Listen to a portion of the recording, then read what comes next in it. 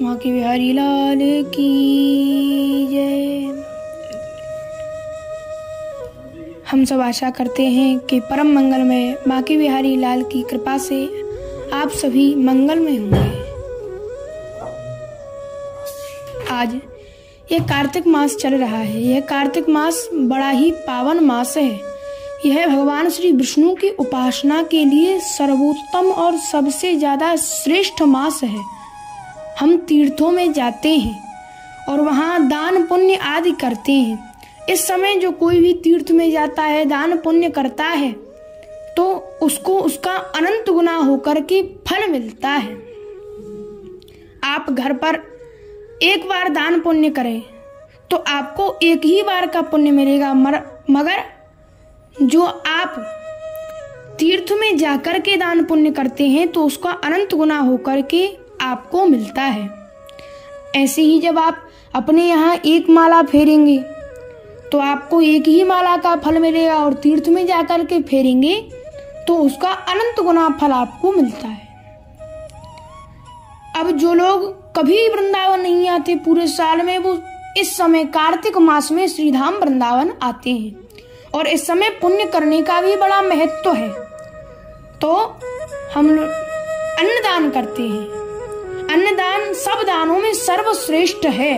दान तो कई प्रकार के हैं, और कलयुग में तो दान और भगवान श्री कृष्ण के कीर्तन का ही महत्व है।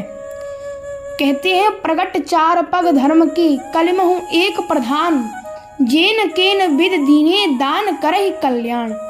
दान ही कलयुग में कल्याणकारी होता है। इस कलयुग का अर्थ क्या है?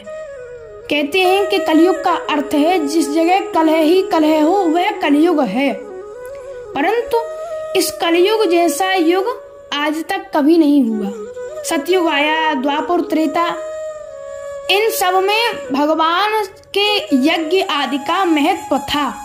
परंतु जब से ये कलयुग आया है, ये कलयुग, इसको तरना इतना आसान है जितना किसी युग को तरना नहीं है। क्योंकि कहते हैं सतयुग कर रघुपति पद पूजा, यज्ञ, प्राणायाम आदि से तरना और युगों में संभव है। परंतु इस कलयुग में तो केवल बस दान और कीर्तन के माध्यम से, कथा के श्रवण के माध्यम से ही आप इससे तर जाते हैं। इस कलयुग का अर्थ क्या है? क माने भगवान श्री कृष्ण, और ली माने देने वाला। जो परमात्मा को प्रदान करने वाला है वह ही कलयुग है। और कलयुग कब आता है? वेदों में भी लिखा है कि कलयुग जब आप भगवान की ओर से सो जाते हैं तभी कलयुग आता है। कलयुग सजातो भवतो। आप जब भगवान की ओर से सो जाते हैं तब वह आ जाता है। तो भगवान के भजन में लगे रहना, दान करते रहना ही सबसे बड़ी बात है। और दानों में भी सर्वश्रेष्ठ अन्नदान है। अब आप कहेंगे अन्नदान क्यों सर्वश्रेष्ठ है? एक बार अम्बरीश जी ने यही प्रश्न भगवान शिव से पूछा था।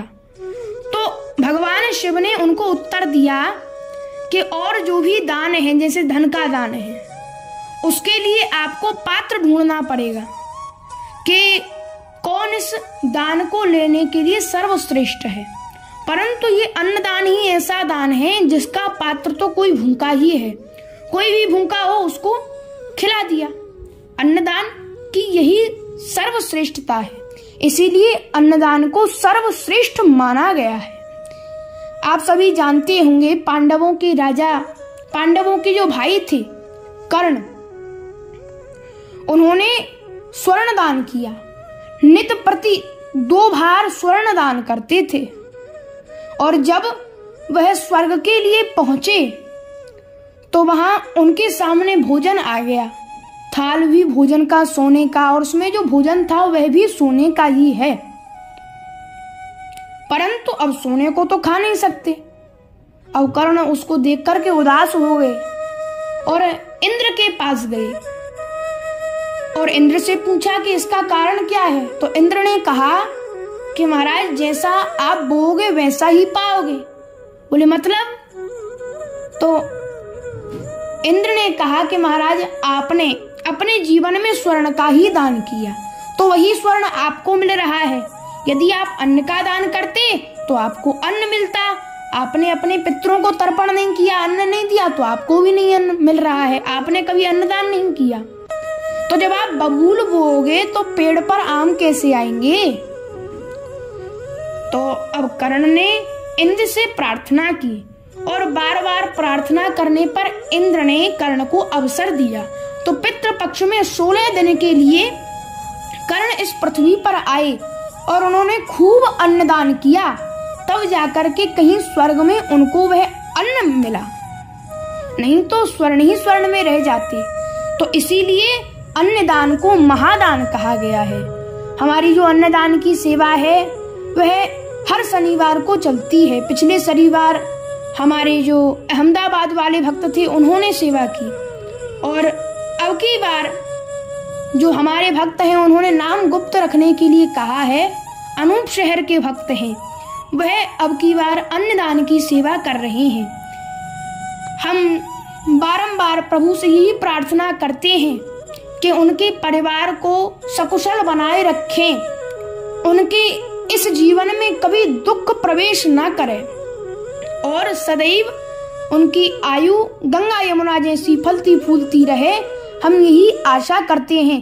और जो भी भक्त आपके मन में हो कि हम भी अन्नदान करें तो आप हमसे संपर्क करिए, आपसे भी अन्नदान कराया जाएगा।